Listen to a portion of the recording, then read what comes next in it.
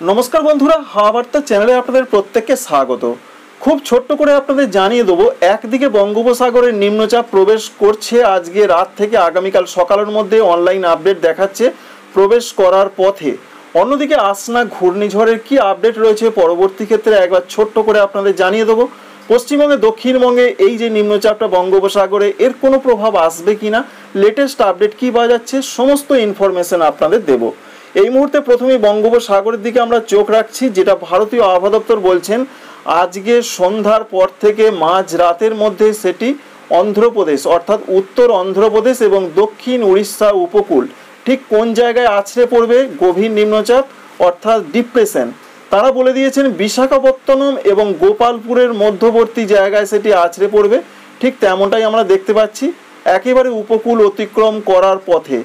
এর জন্য প্রবল দমকা ঝড়ের গতিবেগ থাকবে উড়িষ্যা অন্ধ্রপ্রদেশ, বিশেষ করে অন্ধ্রপ্রদেশে প্রবল বৃষ্টির পূর্বাভাস রয়েছে।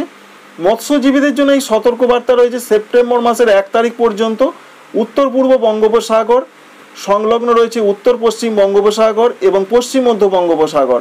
বিশেষ করে উত্তর পশ্চিম এবং পশ্চিম মধ্য বঙ্গোপসাগরে মৎস্যজীবীরা যাবেন না, তবে উত্তর পূর্ব বঙ্গোপসাগরে অপেক্ষাকৃত কম উত্তাল থাকবে সমুদ্র।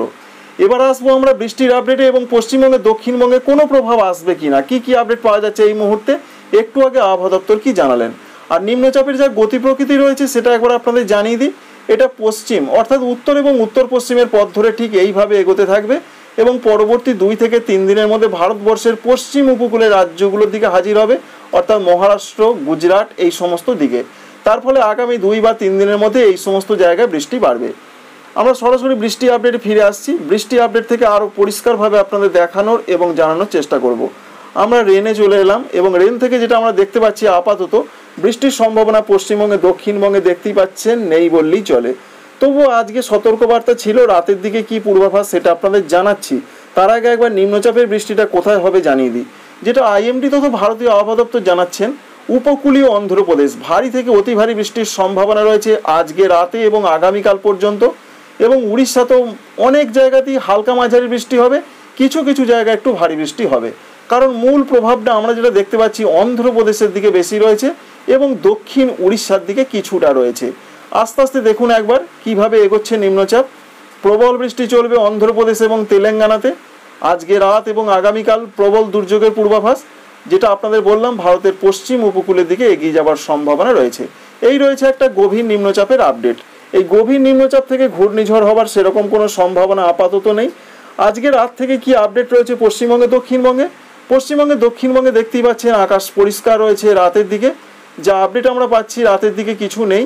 আগামীকাল 1 তারিখে আবহাওয়া দপ্তর যেটা বলেছেন শুধুমাত্র 24 পরগনা মেদিনীপুর অর্থাৎ উত্তর 24 পরগনা দক্ষিণ 24 পরগনা পূর্ব মেদিনীপুর পশ্চিম মেদিনীপুরে কোনো জায়গায় বিক্ষিপ্ত হালকা মাঝারি বৃষ্টি হতে পারে নিম্নচাপ এফেক্টের জন্য।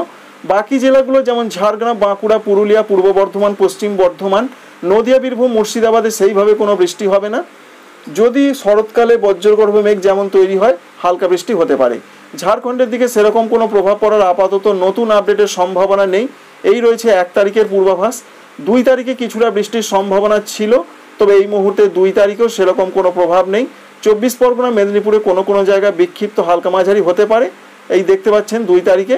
অন্যান্য জেলাগুলোতে নিম্নচাপের কোনো প্রভাব আসছে না এবং ঝাড়খণ্ডেও কোনো প্রভাব নেই। তাই দক্ষিণবঙ্গে নিম্নচাপের সেরকম কোনো প্রভাব নেই 1 এবং 2 তারিখে। 2 তারিখে দেখতে পাচ্ছেন নিম্নচাপ একেবারে পশ্চিম উপকূলের দিকে চলে যাচ্ছে।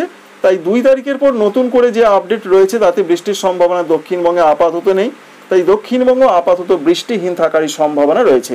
তবে পরবর্তী ক্ষেত্রে আপডেটে পরিবর্তন এলে বা আবহাওয়া পাল্টালে সেই আপডেট আপনাদের জানিয়ে দেবো। অন্যদিকে উত্তরবঙ্গের জন্য যা পূর্বাভাস রয়েছে উত্তরবঙ্গে বৃষ্টির কোনো সম্ভাবনা রয়েছে কিনা।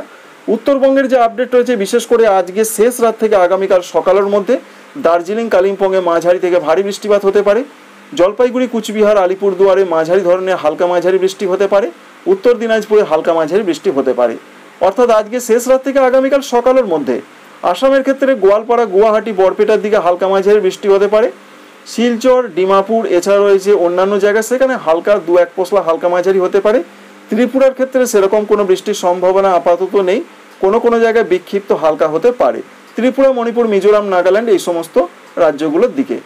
1 তারিখে সারা দিনের যা পূর্বাভাস সেইভাবে তো বৃষ্টি দেখা যাচ্ছে না। রাতের দিকে বৃষ্টি হবে কিনা একবার দেখানোর চেষ্টা করব আগামীকাল 1 তারিখে। তাতে রাতের দিকে আবার বিক্ষিপ্ত হালকা মাঝারি বৃষ্টি হতে পারে উত্তরবঙ্গের ক্ষেত্রে, পশ্চিমবঙ্গের উত্তরবঙ্গ, জলপাইগুড়ি, কুচবিহার, আলিপুরদুয়ারে কিছুটা হতে পারে, উত্তর দিনাজপুরে হালকা বৃষ্টি, মালদা, দক্ষিণ দিনাজপুরে বৃষ্টি নেই, দার্জিলিং, কালিম্পংয়ে হালকা হতে পারে, আসাম, মেঘালয়, অরুণাচল প্রদেশ, ত্রিপুরা, মণিপুর, মিজোরাম, নাগাল্যান্ডে হালকা মাঝারি বৃষ্টির সম্ভাবনা রয়েছে। তবে 3 তারিখ থেকে আবার বৃষ্টি বাড়ার সম্ভাবনা রয়েছে উত্তর পূর্ব ভারতের রাজ্যগুলোতে, বিশেষ করে আসাম, মেঘালয়, অরুণাচল প্রদেশ, ত্রিপুরা, মণিপুর, মিজোরাম, নাগাল্যান্ডে আবার বিক্ষিপ্ত বৃষ্টিপাত হালকা মাঝারি একটু বাড়তে পারে। পশ্চিমবঙ্গের উত্তরবঙ্গ সেরকম একটা পূর্বাভাস রয়েছে, তবে সেই সম্ভাবনা রাতের দিকে থাকতে পারে এমন একটা সম্ভাবনা কিন্তু আমরা আগে দেখেছিলাম। তো পরবর্তী ক্ষেত্রে সেটা আপনাদের জানাবো, একটু আভাস দিলাম, দেখতেই পাচ্ছেন আবার বৃষ্টি বাড়তে পারে। সরাসরি এক কথায় বলতে গেলে পশ্চিমবঙ্গের উত্তরবঙ্গে হালকা মাঝারি হলেও দক্ষিণবঙ্গে বৃষ্টিহীন অবস্থা থাকছে। এবার ঘূর্ণিঝড় আসনার কি খবর রয়েছে খুব সংক্ষিপ্তভাবে।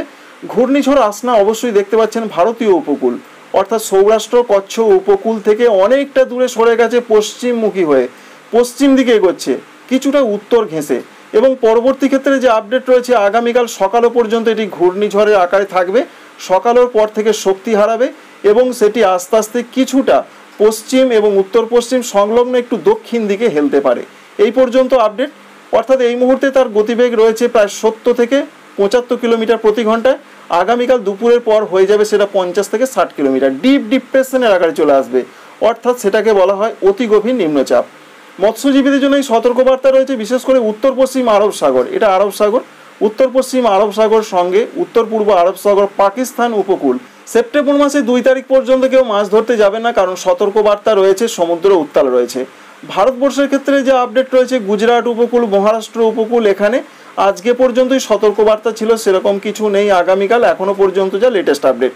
বৃষ্টির যে আপডেট রয়েছে, বৃষ্টি অবশ্যই দেখতে পাচ্ছেন অনেক এগিয়ে গেছে সাগরের দিকে, পাকিস্তান উপকূলের দিকে কিছুটা হতে পারে, তবে ভারতের সৌরাষ্ট্র, কচ্ছ, মহারাষ্ট্র, গুজরাট এদিকে সেরকম আর বৃষ্টি নেই, কোনো কোনো জায়গায় হালকা মাঝারি হতে পারে।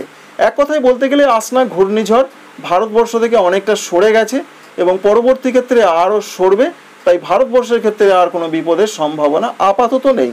এবং আগামীকাল রবিবার সকালের পর ঘূর্ণিঝড় থেকে সেটি ডিপ ডিপ্রেশন বা অতি গভীর নিম্নচাপে আসবে।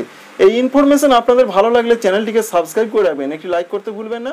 Thanks for watching.